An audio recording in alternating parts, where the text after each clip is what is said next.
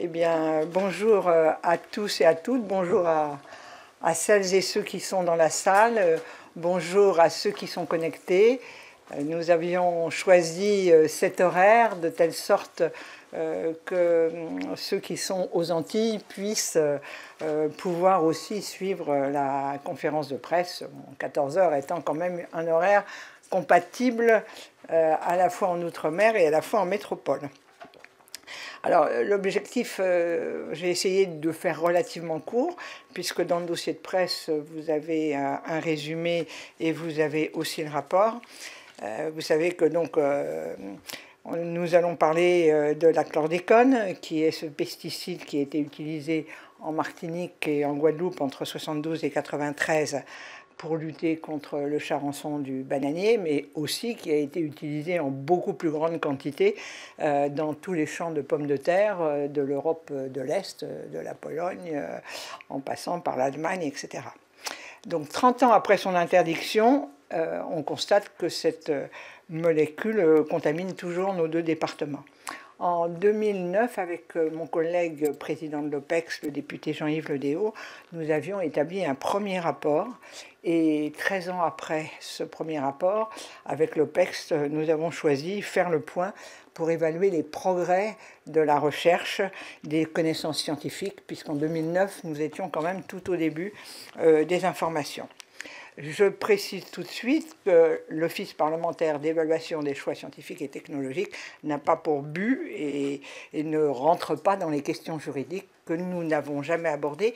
Et je signale qu'ils n'ont jamais d'ailleurs été particulièrement abordés avec mes interlocuteurs qui ont bien compris quel était l'objectif de ce rapport. Tout au long de ces travaux, j'ai veillé à associer le maximum de personnes, que ce soit les scientifiques naturellement, des administrations, le vécu des associations, des populations à travers les associations, à travers donc différentes méthodes de travail de l'OPEX, table ronde, audition et un déplacement en Guadeloupe où j'ai assisté au colloque scientifique sur les rencontres chlordécone 2022. J'ai présenté ces travaux le 16 février à l'OPEX et donc vous avez un exemplaire maintenant. Il sera publié après cette conférence de presse. Alors, le rapport fait tout d'abord le point sur les progrès de la recherche. Ils sont réels, mais ils sont encore trop lents, en particulier eu égard aux attentes de la population. Concernant la persistance de la chlordécone dans les milieux naturels, il y a des bonnes et des moins bonnes nouvelles. Dans les bonnes nouvelles, en 2009, les scientifiques nous prédisaient une durée de contamination des sols entre 350 et 700 ans, selon le type de sol, puisque vous savez que ce sont des sols volcaniques.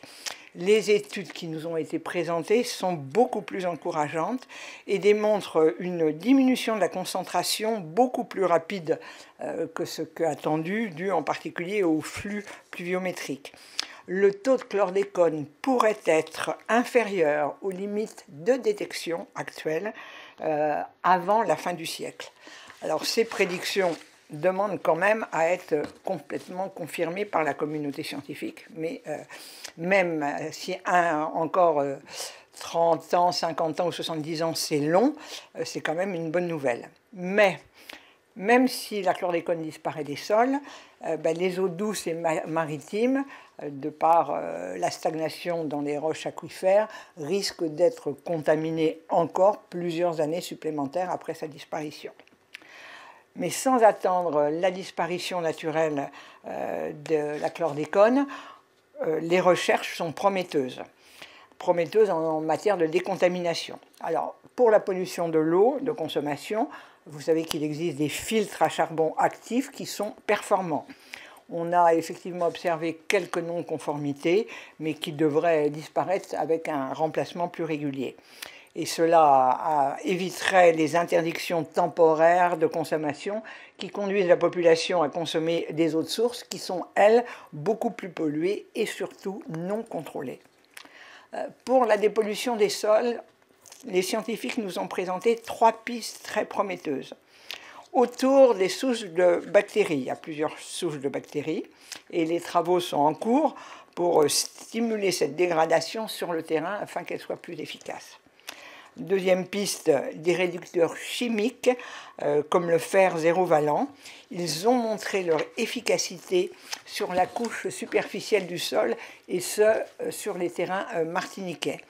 Mais en certaines quantités de terrain, mais ils ne permettent pas de limiter le transfert de la chlordécone vers l'hydrosphère, et avec un coût très important, mais c'est quand même une solution.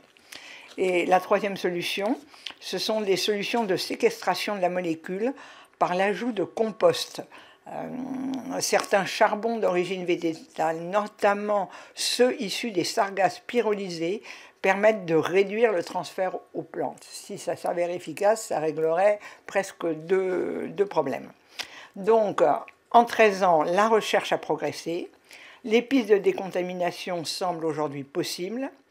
Dans le rapport, nous recommandons qu'elles soient testées sur le terrain antillais à grande échelle pour être confirmées et pour ne pas susciter de faux espoirs, mais aussi pour que les nouvelles molécules que les scientifiques découvrent et qui sont issues de la dégradation de la chlordécone fassent l'objet d'analyses sur leur éventuelle dangerosité. Parce que si en effet la chlordécone peut être en tout cas ouverte et cassée, il ne faut pas que les nouvelles molécules soient aussi dangereuses que la précédente. En 2009, nous avions insisté sur l'importance d'effectuer une cartographie complète des sols. Mais celle qu'on a pu constater en 2022 n'est que partielle, parce que le choix a été fait de les faire reposer que sur les analyses gratuites qui sont proposées aux agriculteurs et aux utilisateurs de jardins familiaux. Cependant, il y a un certain nombre de méthodes qui permettent aux agriculteurs de limiter la contamination de leur production. D'abord, vous le savez, seuls les légumes racines et les tubercules sont impactés par un sol chlordéconé. Donc les agriculteurs peuvent adapter leur culture en fonction de la contamination des parcelles et produire autre chose que des légumes racines ou des tubercules. Et puis les fruits n'ont jamais été concernés par la chlordécone. Pour l'élevage, les études ont prouvé qu'un animal pouvait être décontaminé avant son abattage en le déplaçant sur une parcelle non polluée ou dans un élevage hors sol, par exemple pour les bovins. Et un outil d'aide à la décision qui estime la durée de décontamination nécessaire à partir d'une prise de sang a été développé justement pour les bovins. Bon, le gros point noir demeure les produits de la pêche, mer ou eau douce. Les seules solutions sont donc bien toujours les mesures d'interdiction dans les zones polluées. Ces études sur la pollution des aliments ont permis d'élaborer des conseils de prévention à destination des consommateurs. Le programme JAFA, qui date et qui a été lancé en 2010, a prouvé son efficacité puisque des campagnes de contrôle ont montré que les risques sont relativement limités pour tous les produits alimentaires issus des circuits officiels. Il fait aussi de la pédagogie autour des bonnes pratiques comme l'épluchage généreux des légumes. Le principal axe de progrès, pour ma part, je pense, concerne le contrôle de tout le circuit informel, les légumes, les volailles, les œufs, qui sont issus de l'autoproduction ou de la vente en bord de route. Ces contrôles sont inexistants, alors qu'un accompagnement des consommateurs serait essentiel, pas simplement sur les circuits officiels de la filière. Enfin, toujours dans les bonnes nouvelles, les connaissances scientifiques sur les conséquences de la chlordécone sur la santé humaine s'améliorent progressivement. Il y a 10 ans, dans le cadre de l'étude Canary, 90% des adultes antillais avaient été détectés avec de la chlordécone dans le sang. Chez 14% des Guadeloupéens et 25% des Martiniquais, la concentration dépassait la valeur toxicologique de référence qui a été fixée récemment par l'ANSES, c'est-à-dire le seuil au-dessous duquel, sur une longue période, le risque d'apparition d'effets néfastes pour la population est jugé négligeable. Mais la base de ces études est ancienne, de 10 ans, et il apparaît nécessaire qu'elle soit actualisée.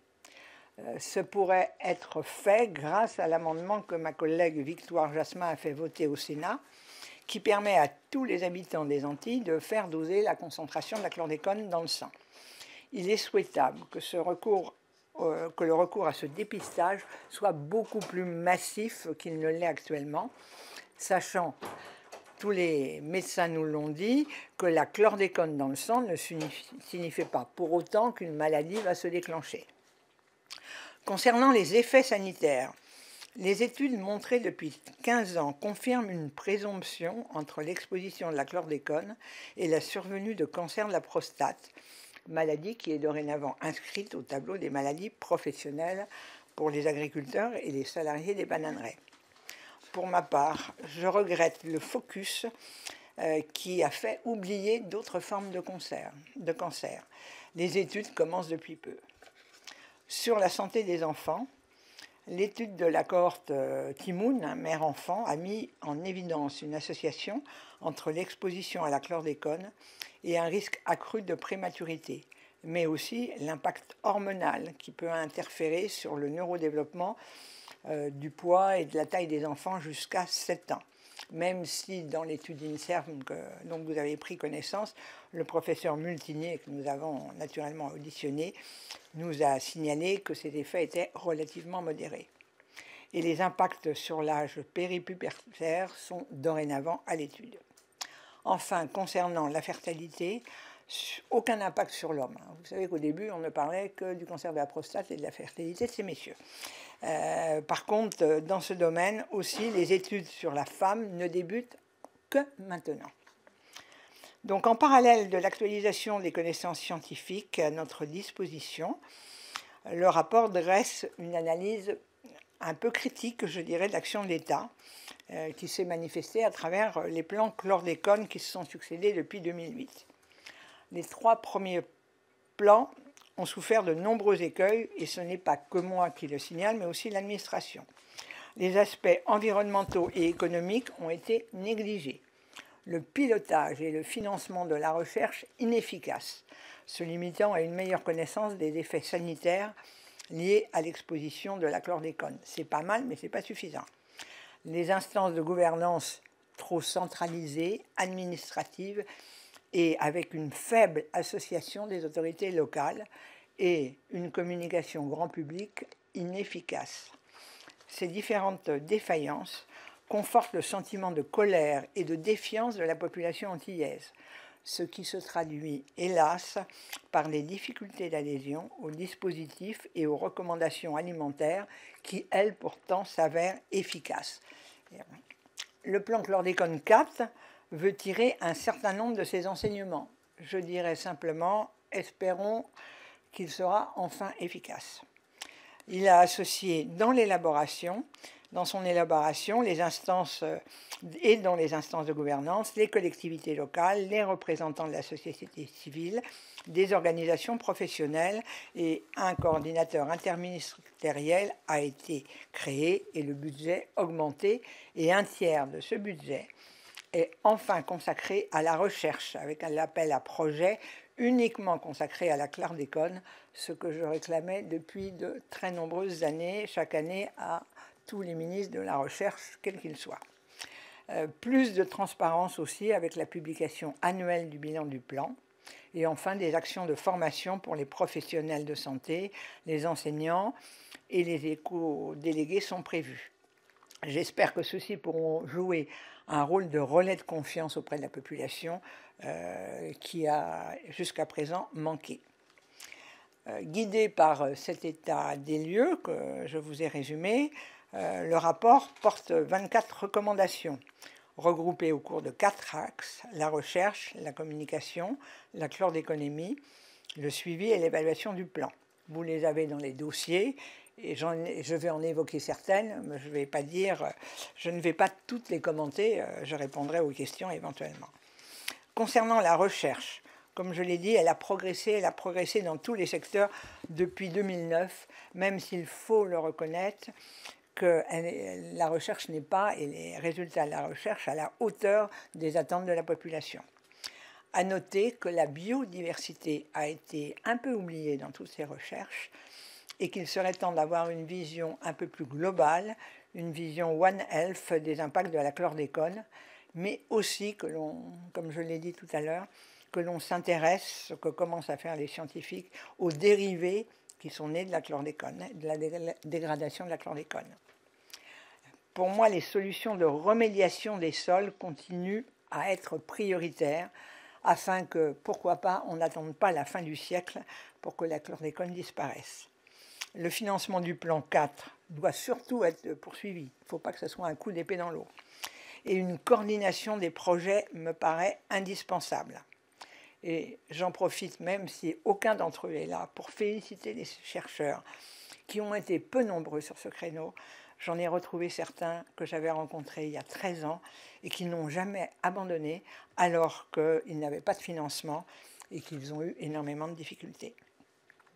Il m'apparaît primordial d'avoir une vision plus complète des risques sanitaires sur la population. Comme je l'ai dit, le focus sur le cancer de la prostate et la fertilité des hommes a retardé toutes les études sur les femmes, hormis l'étude Timoun, femme-enfant.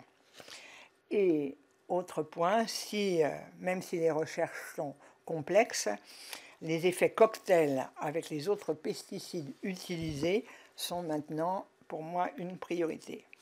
Heureusement, les connaissances actuelles fournissent de nombreux outils pour prévenir la contamination et minimiser les risques sur la santé humaine. Encore faudrait-il trouver les moyens de convaincre la population de s'approprier ces solutions. Le rôle des acteurs locaux est essentiel, car eux connaissent les réalités et les freins socioculturels des Antilles. La communication doit absolument sortir du cadre qui a été le sien jusqu'à présent et s'appuyer sur ceux qui pourront servir de médiateurs de confiance. Quant à la chlordéconomie, je le rappelle, ce n'est pas un outil prédictif, mais un outil de dialogue avec la population qui peut rassurer les Antillais et surtout adapter au cas par cas les recommandations sanitaires en fonction des résultats de chacun. Les résultats obtenus devraient permettre d'actualiser les données sur la contamination de la population qui datent de plus de 10 ans. Enfin, j'estime que les deux îles devraient avoir une approche plus convergente de la chlordéconomie, puisque ce n'est pas la même pratique en Martinique et en Guadeloupe.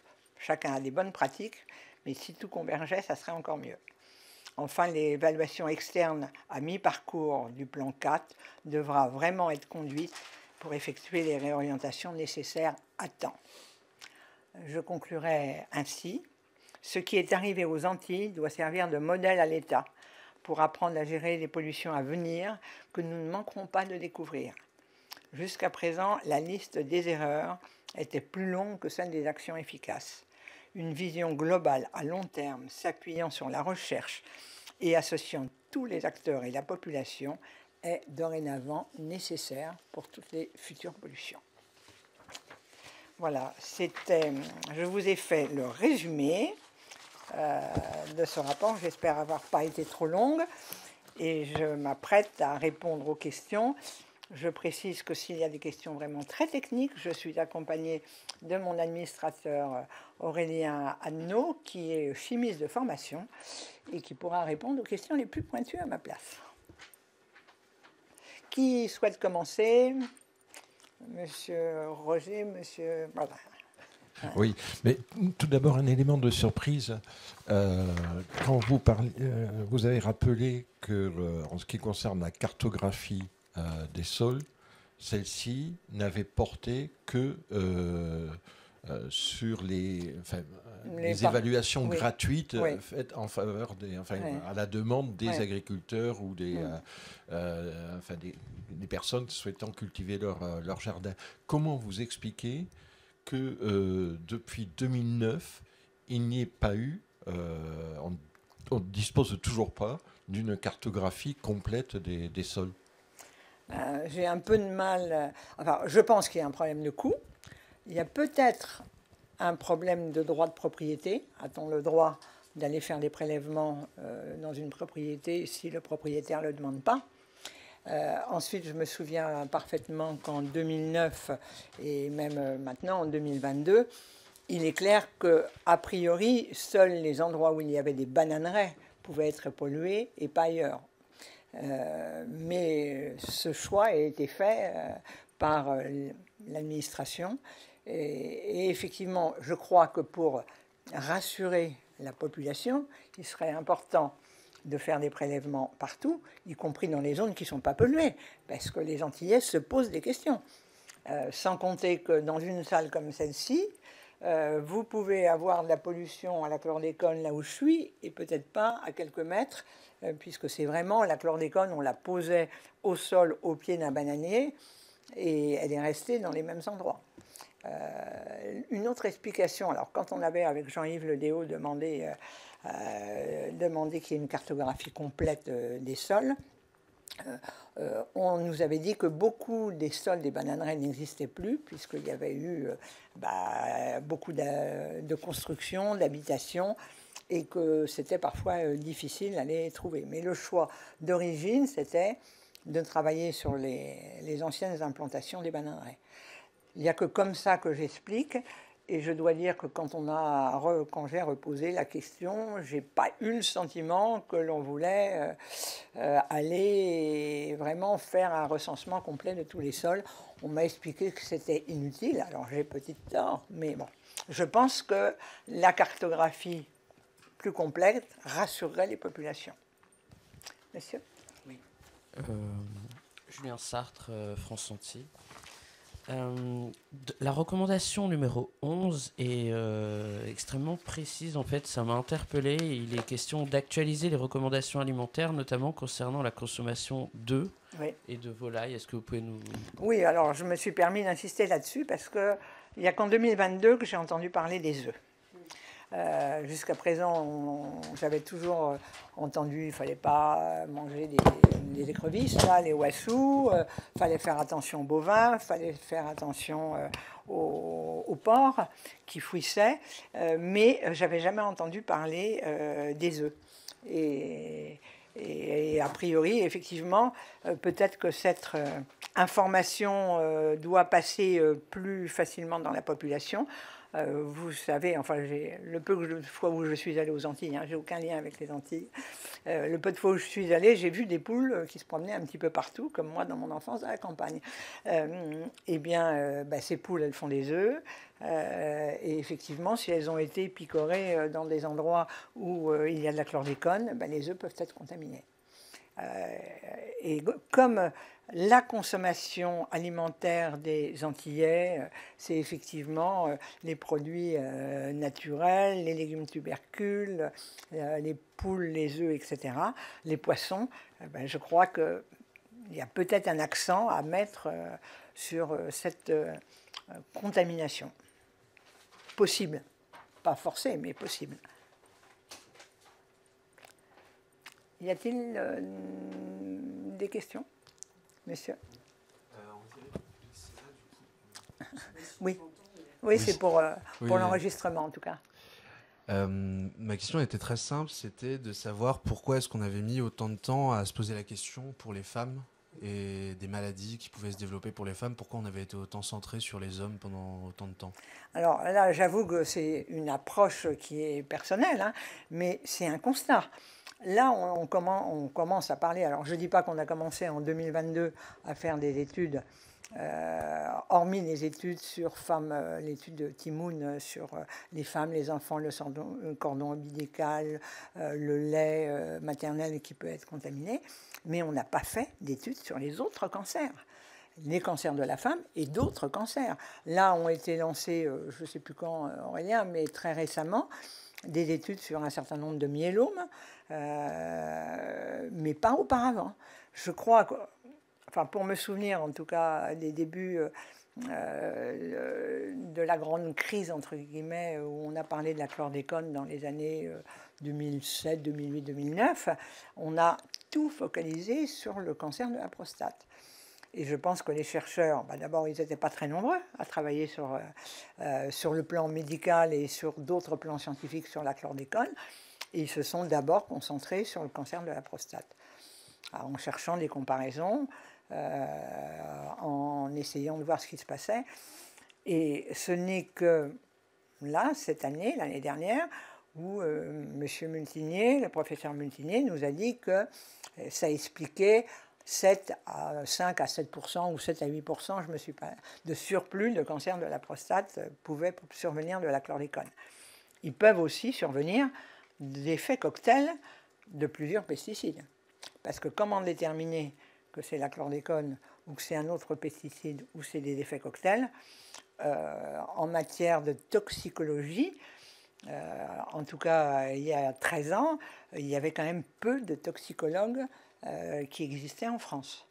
Donc ces effets cocktails sont compliqués à mesurer. Je pense que les équipes médicales n'étaient pas très nombreuses.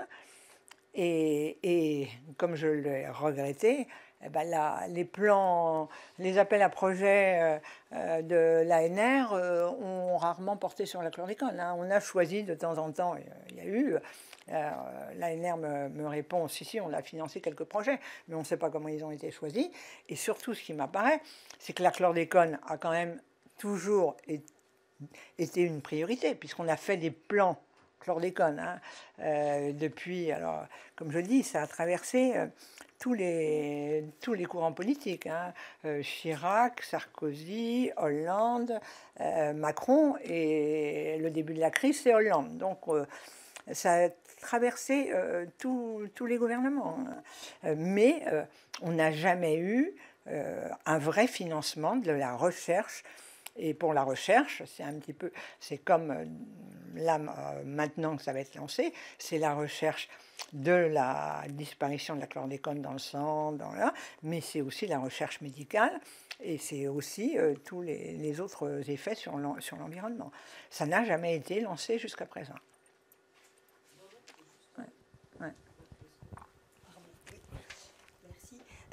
Dans les solutions en termes de décontamination des sols, vous évoquez le fait de séquestrer donc, la molécule avec le compost et notamment l'utilisation des sargasses qui réglerait tous les problèmes finalement. Ça, c'est quand c'est ça que je fais preuve d'optimisme. Oui. En tout cas, c'est une piste qui semble bien fonctionner, qui a été testée sur le terrain, sur une petite surface. C'était qui pour les... Vous me l'avez écrit, mais c'est qui? Sarah Gaspard. Donc qui a été testé. Oui, à petite échelle. Et pour tous les trois, que ce soit l'aspect microbien ou autre, je trouve que maintenant, il faut que ça passe sur des grands terrains, à grande échelle, pour qu'on vérifie que c'est possible ou pas possible. Je vous ai parlé du fer valant.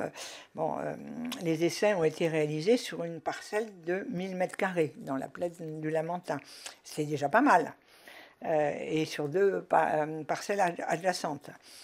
Mais passons à des grandes échelles.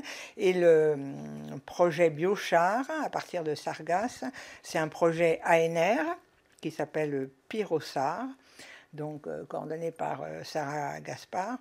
Et les expériences ont été en laboratoire uniquement, mais avec de la terre et des sargasses locales, naturelles. Et des essais sont maintenant programmés sur des petites parcelles. Alors, les espoirs que je porte dans la recherche me disent qu'il ne faut pas donner de faux espoirs à la population. Il faut qu'on les teste et qu'on les teste sur le terrain à grande échelle. Mais je ne critique pas les chercheurs. C'est que jusqu'à présent, ils n'ont jamais eu les moyens de le faire.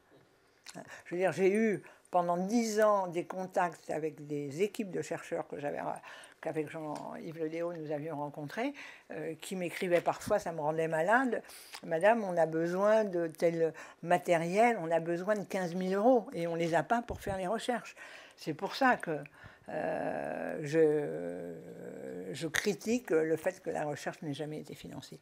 Parce qu'un chercheur cherche, il ne trouve pas forcément. Mais si on ne lui donne même pas les moyens de chercher, eh ben on ne trouvera jamais rien.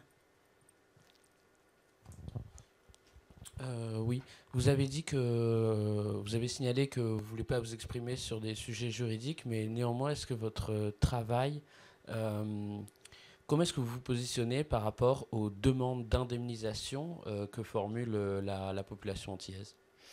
je ne me prononce pas sur ces formules d'indemnisation parce que, je vous dis, j'ai travaillé sur l'aspect scientifique.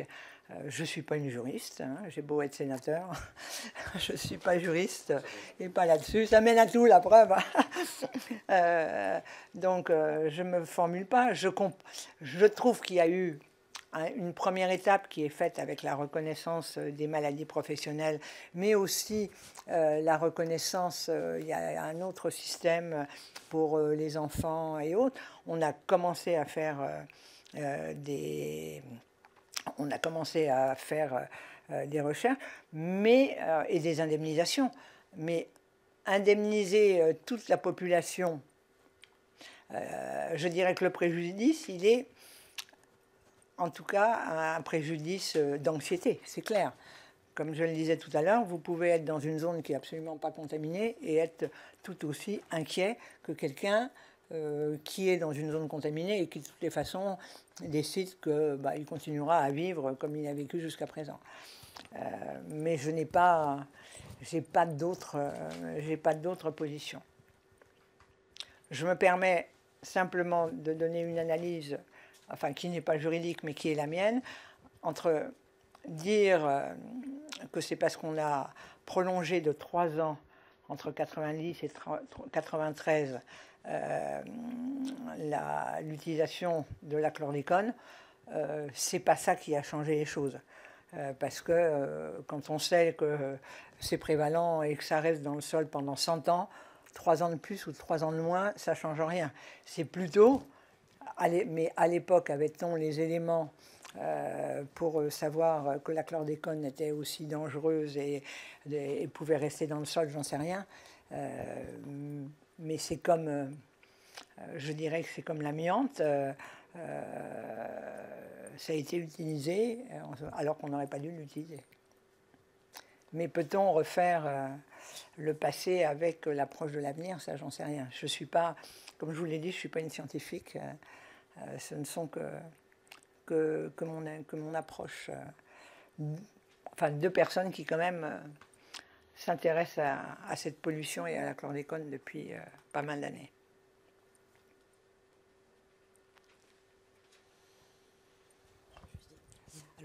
Vous n'êtes pas juriste, mais vous recommandez des choses un peu comme une sociologue en disant que ça serait bien d'essayer de mobiliser les sciences humaines et sociales pour saisir les problèmes sociétaux posés par cette contamination et donc lutter contre la défiance de la population. Quelle forme ça peut prendre, cette mobilisation des sciences sociales, ce que vous préconisez? Nous avons eu en audition des sociologues, et effectivement, ils nous ont bien expliqué, je dis ils nous ont bien parce que plusieurs de mes collègues assistaient aux auditions, expliqué quel était ce sentiment de défiance et d'angoisse de la population qui, quand vous n'êtes pas sur place, vous ne pouvez pas le mesurer. Il y a vraiment une défiance de la population vis-à-vis des conseils et des conseils sanitaires. Or, ces conseils sanitaires et alimentaires particulièrement font que la population qui suit les conseils sanitaires, c'est-à-dire qui existe depuis 13 ans, manger que 2 ou 3 fois des légumes racines par semaine si vous êtes dans un sol pollué. Là maintenant on dit de bien éplucher, comme monsieur le disait, on va leur dire de faire attention aux œufs, et ainsi de suite. La chlordécone disparaît si on ne mange plus d'aliments dans la chlordécone. Et donc c'est pour ça que la chlordéconémie, si elle est vraiment faite et à grande échelle, va permettre de savoir si les Guadeloupéens et les Martiniquais sont toujours autant, entre guillemets, chlordéconés qu'il y a 10 ans. Mais ça, on ne le sait même pas. On se base sur des chiffres d'il y a 13 ans. Mais l'alimentation est quelque chose d'essentiel. Et j'ai suggéré, je crois, à la NSM, je leur ai dit, pour essayer de convaincre la population, je ne crois pas que ça vienne de nous. Il faut que ça vienne du terrain. De prendre une série d'étudiants qui quitteraient les Antilles pour venir passer pendant un an une scolarité en métropole, là c'est sûr qu'ils ne mangeront pas d'aliments chlordéconés. Et de mesurer, de voir effectivement si leur chlordécone disparaît. Parce que quand vous ne mangez pas d'aliments, compte tenu de la demi-vie, la durée de demi-vie de la chlordécone, en 1 an et demi ou en 2 ans, vous n'avez plus de chlordécone dans le sang. Et donc, je me dis innocemment que ce seraient des Antillais et on pourrait voir quelle est la... Peut-être convaincre ceux qui ne veulent pas croire que changer leur alimentation peut faire disparaître de la chlordécone, fonctionne. Ils ont trouvé une idée pas idiote, mais ça ne veut pas dire qu'ils vont la faire.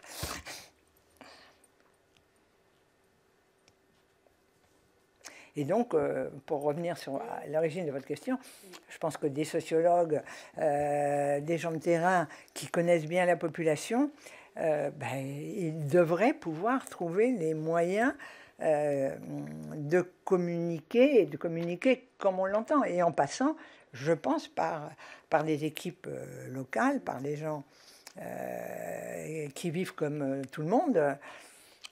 C'est pour ça que les efforts qui sont faits par rapport à l'information de la population, des enseignants ou les formations des médecins me paraissent importants. On nous a évoqué par exemple un médicament qui permet de faire disparaître la chlordécone.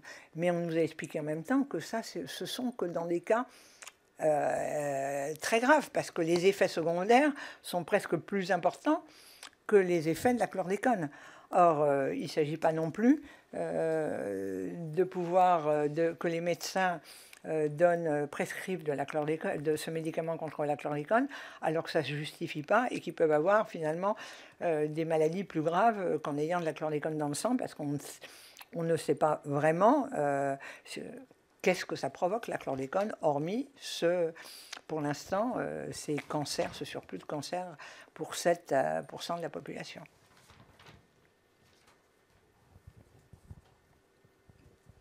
Juste en conclusion, 13 ans après le premier rapport que vous avez rendu sur ce sujet, qu'est-ce qui a changé, évolué? C'est positif, les perspectives?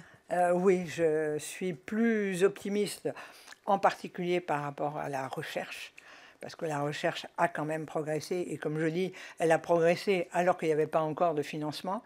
Donc vraiment, bravo et félicitations aux chercheurs.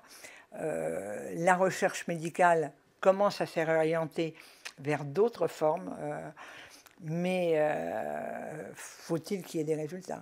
Je dirais le plan chlordécone 4 tire les conclusions des échecs des précédents, mais est-ce que ça veut dire que pour autant il sera efficace?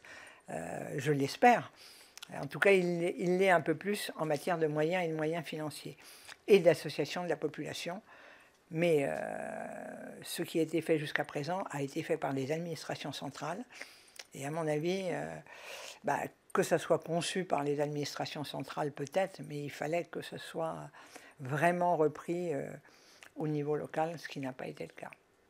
Et je voudrais simplement revenir sur, j'ai évoqué la chlordéconémie entre la Guadeloupe et la Martinique.